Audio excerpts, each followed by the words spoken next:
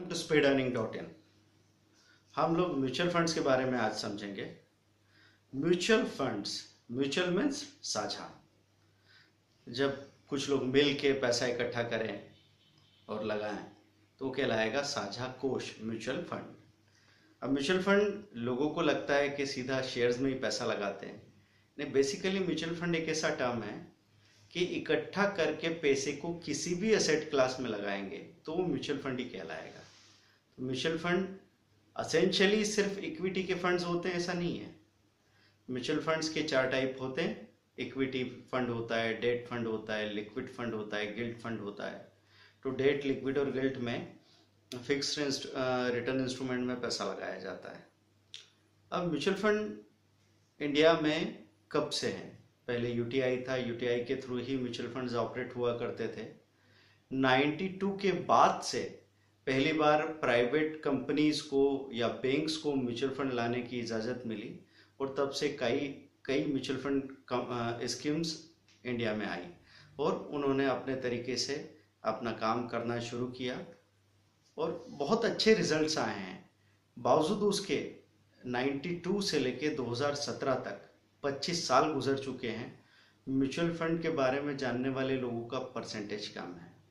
अभी काफ़ी एडवर्टीजमेंट किया जा रहा है जिसमें आप एक टैग लाइन सुन रहे हैं कि म्यूचुअल फंड सही है या एसआईपी सही है।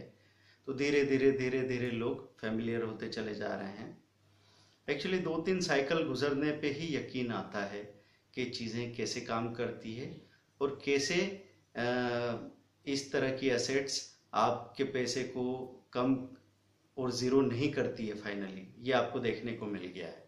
तो 92 में, 95 में, 2000, 2004, 2008, 2015, 16 ये तेजी के साइकिल आते जाते गए। धीरे धीरे इन्फॉर्मेशन फैली है क्योंकि सन 2000 के बाद से तो पहली बार हम ये कह सकते हैं कि कम्युनिकेशन का नेटवर्क इतना तगड़ा बना। उसके पहले तो लोग न्यूज़पेपर पढ़ते थे बस।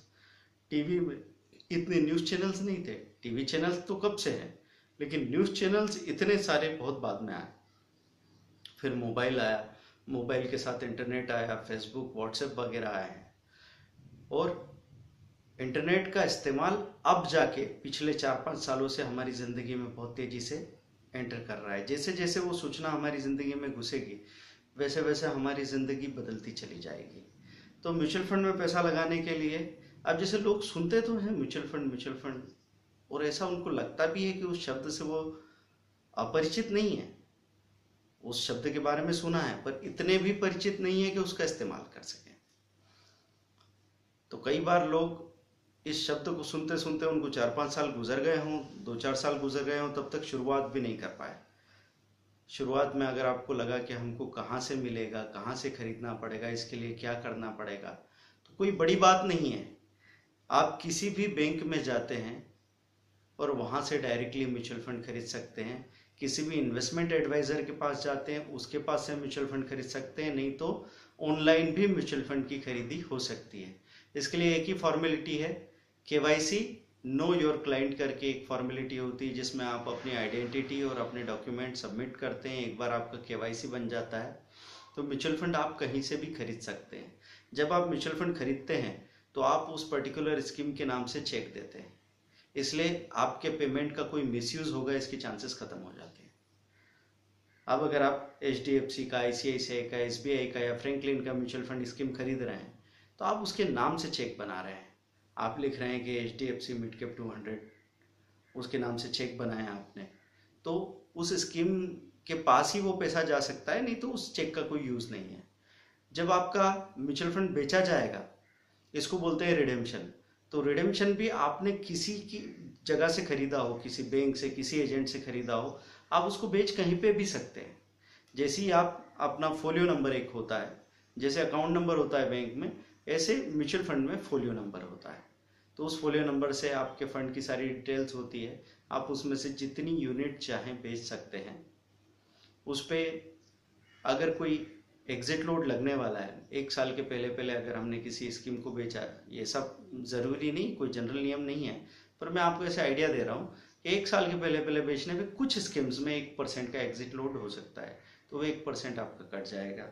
और म्यूचुअल फंड एजेंसीज जो एजेंसी बेच रही है म्यूचुअल फंड्स को, उनका कमीशन काफ़ी कम है, तो यहाँ पे आपको अपना रिटर्न पूरा मिलता है। अगर आप 3 साल रखने के बाद म्यूचुअल फंड को सेल कर रहे हैं तो आपको कैपिटल गेन टैक्स भी नहीं लगता है। तो म्यूचुअल फंड्स में एक टैक्स फ्री सोर्स आपको मिल जाता है और उसके साथ आप यहाँ पे काम करते हैं। म्यूचुअल फंड में इन्वेस्टमेंट को हमेशा ही प्रमोट किया है गवर्नमेंट ने, लेकिन अवेयरनेस नहीं होने की वजह से कितनी ही सही चीज़ हो लोग उसको एक्सेप्ट नहीं कर पाते। लोग तो अपने हेलमेट लगाने को भी एक्सेप्ट नहीं कर पा रहे हैं। जो चीज बिल्कुल और सिर्फ आपके ही लिए है उसको भी हम एक्सेप्ट नहीं कर पाते, क्योंकि हमारा दिमाग हमेशा तब अवेयर होता है जब आसपास के 10-20 लोग वो चीज करने लग जाएं। तो म्यूचुअल फंड्स के बारे में भी यही बात है, धीरे धीरे अवेयरनेस फैलती जा रही है और एसआईपी के जरिए बहुत ज़्यादा पैसा अभी बाजार में आया है और इसने इंडियन इकोनॉमी को एक गजब की ताकत दी है। पहले ऐसी हालत थी कि एफआईआई फॉरेन इंस्टीट्यूशनल इन्वेस्टर्स ही स्टॉक मार्केट को चलाते गिराते थे। अब उनकी टक्कर में म्यूचुअल फंड कंपनीज, हमारी अपनी डोमेस्टिक म्यूचुअल फंड कंपनीज खड़ी हो गई है और इसमें एसआईपी का बड़ा रोल है। एसआईपी क्या करती है कि आप अपना टुकड़े टुकड़े में पैसा लगा सकते हैं। 2000 रुपया महीना, 1000 रुपया, इवन 500 रुपया महीना, 100 रुपया महीना तक की भी एसआईपी हुई थी। 500 वाली तो चलन में है, 1000 वाली तो अच्छी खासी चलन में है। तो आप हर महीने आपके अकाउंट से पैसा जा रहा है, उसकी यूनिट्स खरीदी जा रही है और बाजार के हिसाब से वो यूनिट बढ़ रही है, घट रही है, घट रही है, बढ़ रही है। अब जैसे ही किसी ने पूछा कि अच्छा म्यूचुअल फंड में तो पैसा कम भी हो सकता है ना, और सामने वाले ने जवाब दिया कि हाँ हो तो सकता है, तो इससे आगे कोई पूछा नहीं किसी ने और भाग गए उठ के। ये सबसे बड़ी परेशानी रही। हाँ म्यूचुअल फंड में पैसा कम हो सकता है, 10 रुपए का 9 रुपया हो सकता है, लेकिन आप किससे कंपेयर कर रहे हो? आप जिस भी चीज से कंपेयर कर रहे हो, या तो आप एफडी से कर रहे होंगे, फिक्स डिपॉजिट से, या आप इंश्योरेंस से कर सकते हैं। तो उस कंपैरिजन में आपको समझना होगा कि जब मैं 9 साल या 25 साल की बात कर रहा हूँ, तब तो फिर भूल जाइए कि म्यूचुअल फंड इतना कभी आपको निराश करेगा।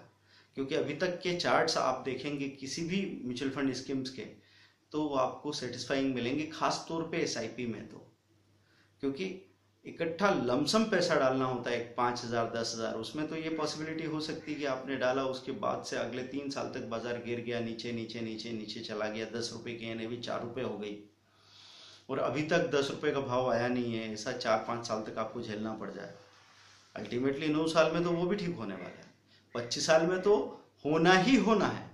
लेकिन फिर भी मैं आपसे कहता हूं कि अगर एसआईपी किया तो बाजार के ऊपर नीचे जाने का आपका जो टेंशन है वो खत्म हो जाता। मार्केट की टाइमिंग कोई नहीं कर सकता, इसलिए आपने अपना रेगुलर इन्वेस्टमेंट शुरू कर दिया, फिर आप धीरे धीरे भूल भी गए। और क्या करते हैं आप, एसआईपी के फॉर्म में ईसीएस अलाउ कर देते हैं।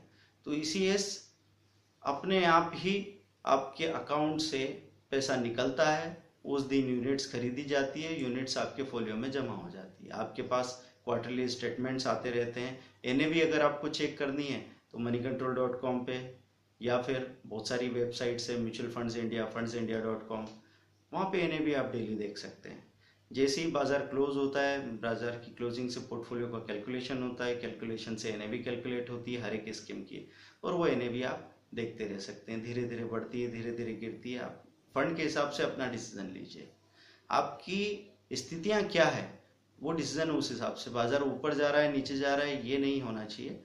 आपको ये देखना चाहिए कि मुझे निकट भविष्य में अगर पैसे की जरूरत है, आपको लगता है कि आपकी बच्ची की सगाई हो गई, शादी करने वाले हो, तो 4 महीने बाद अगर शादी आने वाली है और अभी बाजार में कोई अच्छा लेवल दिख रहा है, तो एक बड़ा पार्ट तो बुक कर ही लेना चाहिए। छोटे पार्ट के लिए आप रुक भी सकते हैं और थोड़ा देख भी सकते हैं। तो हमारी ज़रूरत के हिसाब से बात होनी चाहिए कि मैंने 1 लाख रुपया धीरे धीरे इन्वेस्ट कर दिया, अब मुझे 50,000 की ज़रूरत है, तो मैं 50,000 रुपया अपना धीरे धीरे बुक कर लूँगा पार्ट में और अपना काम कर लूँगा। उसके बाद में फिर से अपना री इन्वेस्टमेंट चालू कर दूँगा। जैसे जैसे पैसा आता जाएगा वो इन्वेस्टमेंट चलता जाएगा। हम इस बारे में और आगे भी बात करेंगे। आप और कौन से म्यूचुअल फंड्स खरीदने चाहिए, इसके लिए पहले भी हम लोगों ने आइडिया दिया है, आगे के फंड्स में और बात करेंगे।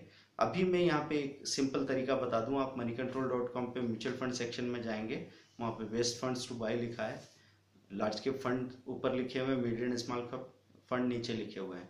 अगर आपको कम रिस्क में थोड़ा कम रिटर्न चलेगा तो लार्ज कैप फंड के बारे में सोचिए, वहाँ सेफ्टी ज़्यादा है। अगर हम एसआईपी कर रहे हैं तो मीडियम स्मॉल कैप फंड में पैसा लगा सकते हैं, क्योंकि कितना भी उतार चढ़ाव उसमें आएगा लेकिन अल्टीमेटली रिटर्न कई गुना ज़्यादा मिलेगा। अब उनके कंपैरिजन को देख सकते हैं। तो म्यूचुअल फंड्स में पैसा लगाना शुरू कीजिए। ये एक ऐसी चीज़ है जो हर कोई तत्काल शुरू कर सकता है, और म्यूचुअल फंड से जो स्टॉक मार्केट पे आपका भरोसा बनेगा, उस पैसे से फिर आप आगे सीधे मैदान में आके दो हाथ कर सकते हैं, स्टॉक मार्केट में पैसा लगा सकते हैं। म्यूचुअल फंड में तो खैर ऐसी बात है कि आपको पैसा तो मिला लेकिन स्किल नहीं मिली।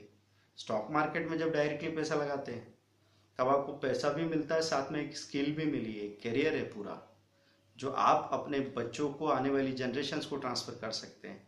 इसलिए दोनों का कंपैरिजन जब आप करें तो म्यूचुअल फंड में सेफ्टी ज़्यादा है, लेकिन स्टॉक मार्केट के रिटर्न्स तो कई तरफ से आते हैं। Actually mutual fund, equity mutual fund की अगर बात करें तो स्टॉक मार्केट का ही सही उपयोग है वो, जब लोगों के पास समय की कमी वो बताते हैं, समझ की कमी वो बताते हैं, तब म्यूचुअल फंड के एक्सपर्ट आपका पैसा लेके सही समय पे सही समझ के साथ पैसा इन्वेस्ट करते हैं और बाजार के उछाल का पूरा पूरा फायदा आपको दिलवाते हैं।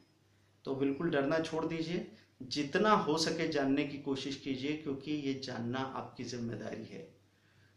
टिकट लेना यात्री की जिम्मेदारी है, अगर आपने नहीं लिया तो चालान आपका बनेगा। इसलिए कभी भी जिंदगी में ये नज़रिया मत रखिए कि अरे मुझे पता ही नहीं, किसी ने बताया नहीं, मैं क्या करता।